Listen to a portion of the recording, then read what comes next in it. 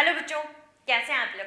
जैसे कि हम लोग बात कर रहे हैं रेस्पायरेशन के बारे में, तो रेस्पायरेशन है वो प्लांट फिजियोलॉजी में पढ़ रहे हैं।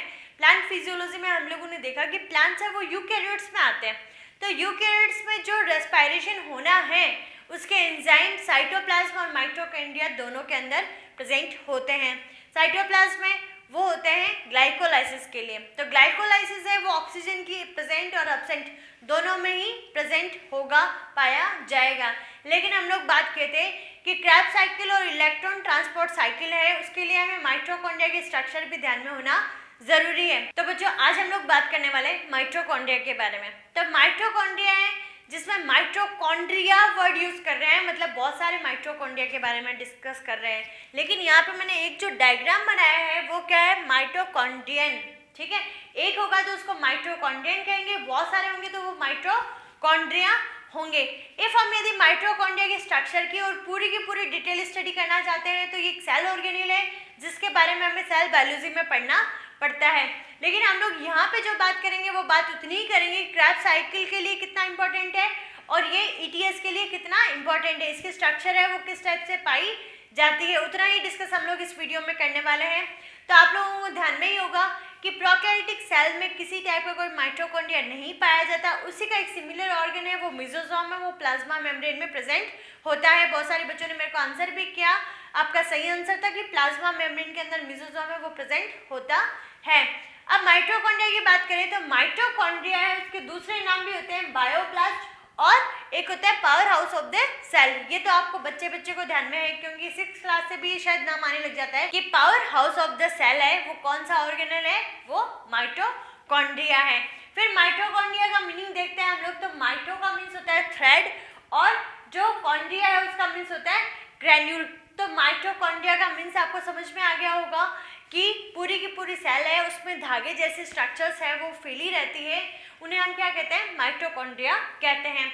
माइटोकॉन्ड्रिया उन सेल्स में सबसे ज्यादा होंगे जिनमें मेटाबॉलिक रिएक्शंस है वो सबसे ज्यादा पाई जाएगी। नॉर्मली हम लोग कह सकते हैं कि 500 से 1000 है वो माइटोकॉन्ड्रिया एक सेल के अंदर होने चाहिए। ठीक है, कुछ जो सेल्स हैं उनमें एक भी होता है, जैसे हम लोग एल्गी के एग्जांपल्स लेते हैं, और कुछ सेल्स हैं जैसे हम लोग लीवर सेल की बात करें तो लीवर सेल्स सबसे ज़्यादा फंक्शन करती है तो उसमें सबसे ज़्यादा माइटोकॉन्ड्रियाज है वो प्रेजेंट होते हैं यदि हम लोग ह्यूमंस में बात करें तो।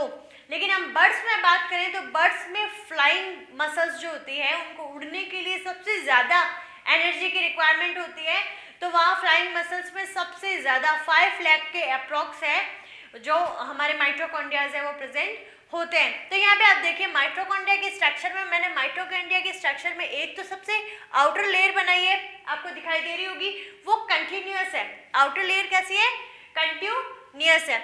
लेकिन यहाँ पे ये जो इनर मेम्ब्रेन बनाई है वो इनर मेम्ब्रेन है वो अंदर की तरफ फोल्डेड बनाई है, ये आपको फोल्डेड स्ट्रक्चर है वो दिखाई दे रही होगी। ये फोल्डेड होने के कारण यदि कोई धागा है उसको आप ऐसे फोल्ड करके देखिए, फिर उसको एकदम से लंबा कीजिए तो आपने फोल्ड चाहे इतनी दूर में किया होगा उसका, लेकिन उसको आप सीधा करोगे तो वो इतना लंबा हो जाएगा, मतलब उसका सरफेस एरिया वो क्या हो जाएगा, इंक्रीज हो जाएगा। तो इसीलिए क्या होती है कि ये मेम्ब्रेन है वो परमेएबल होती है, लेकिन अंदर वाली है वो सरफेस एरिया को इंक्रीज करने के लिए ये क्या होती है, इनर की साइड फोल्डेड रहेगी। ठीक है, उसके बाद में आपको बात करनी है कि जो फोल्ड स्ट्रक्चर्स हैं इनको क्या बोलते हैं, क्रिस्टी बोलते हैं। तो क्रिस्टी वर्ड है वो पैलाडे ने दिया था, तो मैंने यहीं पे आपको मेंशन कर दिया कि पैलाडे ने क्रिस्टी वर्ड है वो दे रखा है। उसके बाद में आपको देखना है कि ये मोस्ट एक्टिव सेल ऑर्गेनेल है, सबसे ज्यादा फंक्शन करने वाला ये ऑर्गेनेल होता है जिसका माइटोकॉन्ड्रिया बोलते हैं। तो इतनी आपको स्ट्रक्चर समझ में आई होगी। उसके अंदर जो भरा हुआ फ्लूइड है, ठीक है, लिक्विड पार्ट होगा वो होगा मैट्रिक्स, और यहाँ पे सबसे ज्यादा एंजाइम है वो मैट्रिक्स पोर्शन में ही पाए जाते हैं। जैसे कि आपको ध्यान में होगा ही कि सेल के भी 70% एंजाइम्स है वो माइटोकॉन्ड्रिया में प्रेजेंट होते हैं, और माइटोकॉन्ड्रिया के सारे एंजाइम है वो मोस्टली कहाँ पाए जाएंगे, हमारे मैट्रिक्स पोर्शन में। तो मैट्रिक्स पोर्शन में दिख रहा होगा। उसके बाद में आपको ये कुछ रैकेट जैसे, ठीक है, खेलने वाले जो रैकेट्स होते हैं ना उन रैकेट्स के जैसे आपको स्ट्रक्चर्स दिखाई दे रही होगी, या आप इसको जो ऑल्पिन होती है उसकी शेप की स्ट्रक्चर बोल सकते हैं। इनको अफन पार्टिकल्स कहा जाता है, ऑक्सीसोम कहा जाता है। मैं आपको थ्योरी में एक बार फिर से एक्सप्लेन कर दूंगी। उसके बाद में इसमें खुद का राइबोसोम प्रेजेंट होता है, खुद का राइबोसोम प्रेजेंट होता है।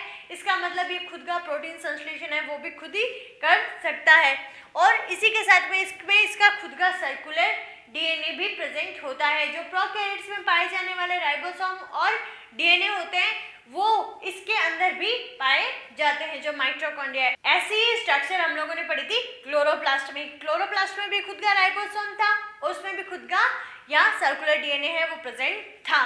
तो अब हम लोग बात करते हैं थ्योरी की। तो थ्योरी में आप लोग देखिए कि सबसे पहले इसको डिस्कवर किसने किया, मतलब देखा किसने सबसे पहले। तो इन मसल्स ऑफ इंसेक्ट में सबसे पहले कॉलिकर ने देखा था इसको, और उसके बाद में इसका नाम क्या दे दिया, सार्कोसोम दे दिया।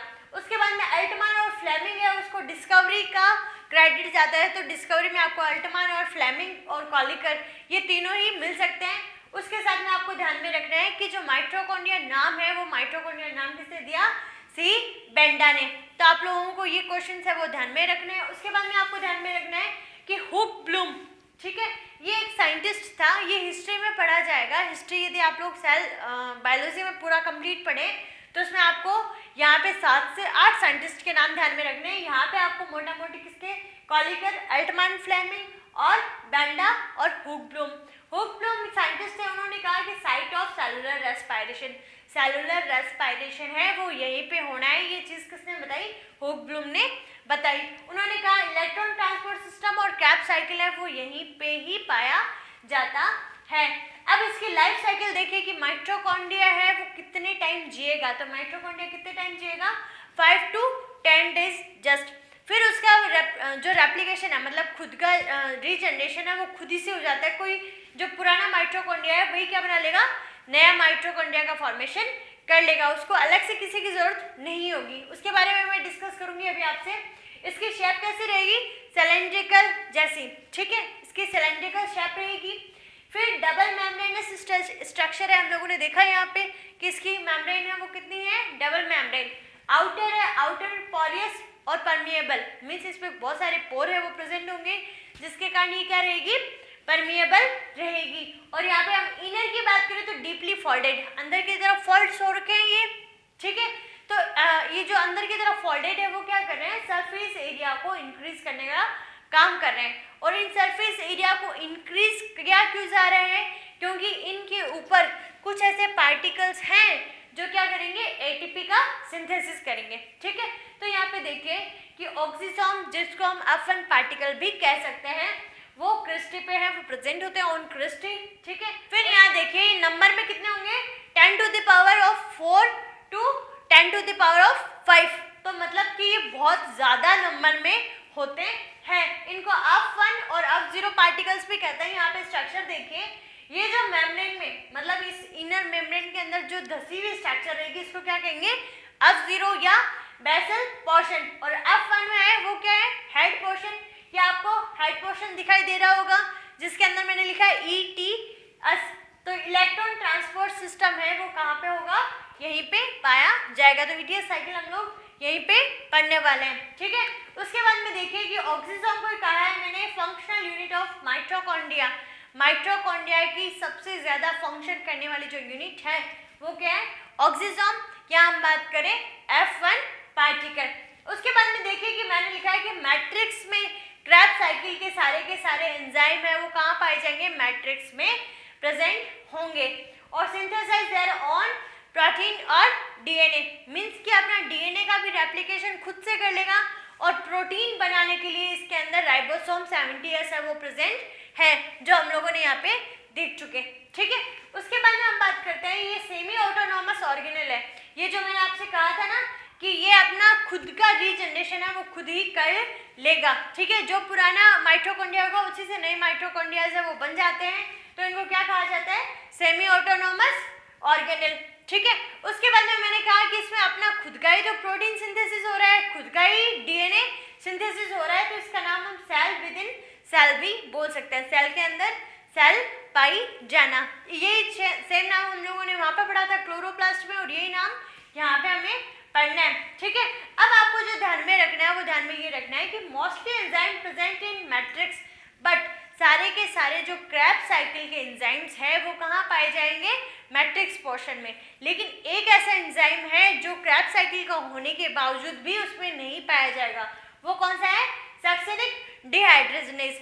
सक्सिनिक डिहाइड्रोजनेज है, वो आपको याद रखना है कि ये एंजाइम है वो क्रेब्स साइकिल का है, लेकिन ये मैट्रिक्स में नहीं पाया जाता। और यहाँ पे एटीपी सिंथेसिस करने के लिए जो एफओ को जरूरत रहेगी वो किस करेगी, एटीपीएज, जो एटीपी का सिंथेसिस करेगा। तो ये यहाँ पे इनर मेम्ब्रेन में पाया जाएगा, तो ये मैंने लिख दिया कि is present in inner membrane, ठीक है। तो उसके बाद में आपको ध्यान में रखना है कि माइटोकॉन्ड्रिया एक ऐसा ऑर्गेनेल है जिसको हम बिना स्टैंड किए हुए नहीं देख सकते, मतलब बिना उसको कलर किए हुए हम लोग नहीं देख सकते। तो इसके स्टैंडिंग के लिए हम लोग किस सॉल्यूशन का यूज करेंगे, वो यूज करेंगे जेलिस ग्रीन बी का, ठीक है। तो आप लोगों को ये ध्यान में रखना है माइटोकॉन्ड्रिया की स्ट्रक्चर में। तो माइटोकॉन्ड्रिया की स्ट्रक्चर आपको समझ में आ गई होगी। उसके बाद में हम लोग डिस्कस करने वाले हैं ग्लाइकोलाइसिस के बारे में। तो खुश रहिए, मुस्कुराते रहिए और घर पे सुरक्षित रहिए। Thank you.